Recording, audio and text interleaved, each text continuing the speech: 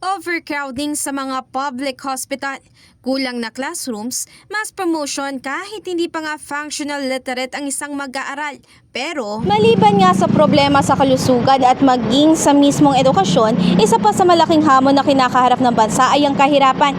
Kaya may ilang personalidad at maging mga vloggers na ngayon ang sumusubok na tumulong din sa pagresolba nito. Katulad na nga lang ng vlogger na si Benji Perillo o mas kilala sa kanyang vlog name na Benj TV. sa kasalukuyan, nasa 2.5 million na nga ang followers ni Perillo sa Facebook, kung saan ang kanyang content ay umiikot sa kanyang pagtulong sa mga homeless o yung mga nakatira sa kalsada na kanyang tinatawag na angels. Pag-focus po kami ng pagtulong po sa mga homeless dahil sa tingin ko po sila po yung number one na nangangailangan po ng tulong. Dahil alam naman po natin na napakarami pong mga tao na nawawala at nasa lansangan na halos walang pumapansin sa kanila.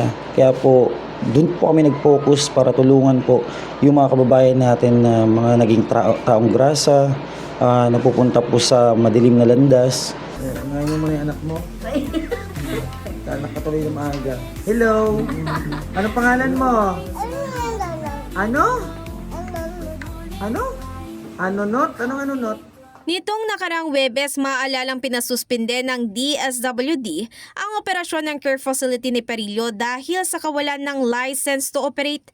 Sa ilalim ng Republic Act 10847 Section 4, sinasabi nga na hindi maaaring mag-operate o tumanggap ng kliyente ang isang Social Welfare and Development Agency, maliban na nga lang kung ito ay rehistrado at may license to operate mula sa DSWD.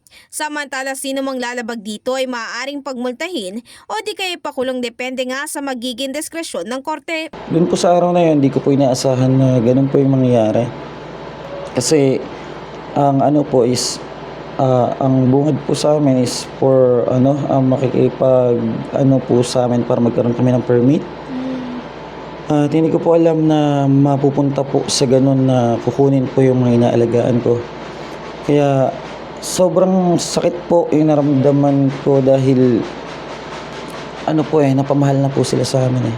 Kahit naman po yung mga alaga namin, kung hindi po namin sila pinakita ng pagmamahal, hindi naman po sila iiyak, hindi sila alis na may luha sa mga mata, di ba po? Kasunod ng pangyayaring ito ay agad namang ipinaliwanag ni DSWD Secretary Rex Gatchalian ang rason sa likod na naging pagsususpende nila sa shelter ni Benj TV. Ang isang good deed ay hindi pwedeng yun lang ang basihan.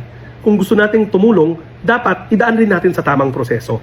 Nagkataon yung shelter ni Benj TV, hindi natin kini-question ang kanyang magandang intensyon at layunin, pero nagkataon yung kanyang shelter walang lisensya o license to operate.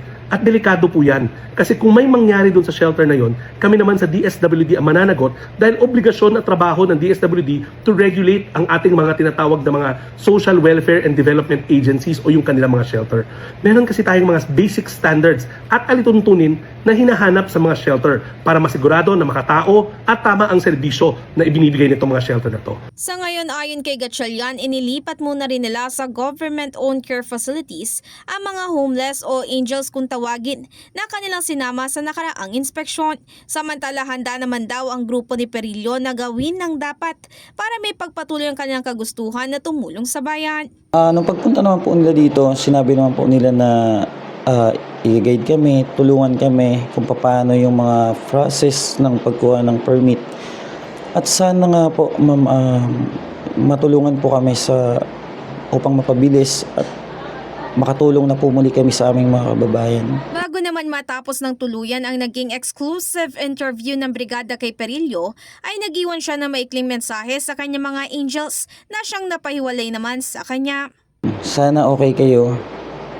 Basta alam nyo kayo mismo. Alam nyo sa sarili nyo. Alam ko na okay kayo, okay na kayo. Alam ko na naramdaman nyo kung gano'n namin kayo minahal dito. At tinuring namin kayo na isang pamilya na rin. At sana magkita-kita pa tayong muli.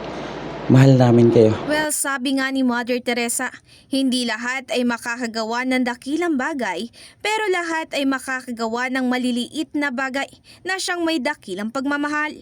Pero paalala nga ng DSWD, hindi lang daw sapat ang good deed sa pagtulong dahil kailangan din sumunod sa mga nakasulat sa batas. in the heart of changing lives. Ako si Brigada Ann Cortas ng 105.1 Brigada News FM Manila, the Music News Authority.